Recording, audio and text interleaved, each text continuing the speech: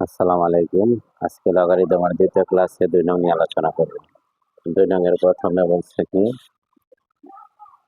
এখানে লগ 5 ভিত্তিক log x 3, যেহেতু আমাদের x এর মান বের করতে বলছে তো আমরা লগটা উঠাই দিতে হবে।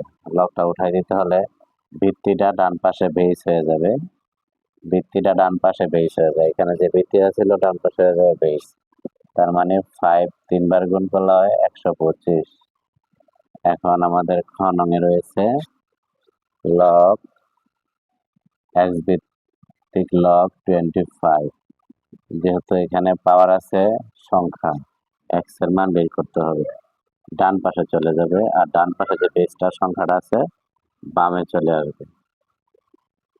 আমরা জানি স্কোয়ারের পরিবর্তে ডান পাশে রুট ওভার বসে, এখন রুট ওভারে চাপ দিলে 5 আসবে। গ নং যে ম্যাথটা রয়েছে লগ x ভিত্তিক লগ 1/16 মাইনাস 2। এখন আমাদের কাজ হচ্ছে x এর মান বের করতে বলছে, তার মানে যে ডান পাশে বেস আছে এটা বামে পাওয়ার আসবে। ডান পাশে যে বেসটা থাকে বামে পাওয়ার আসে, ও পাওয়ারটা ডান পাশে চলে যাবে, বেসে রূপান্তরিত হবে, যেহেতু আমার x এর মান বের করতে বলছে।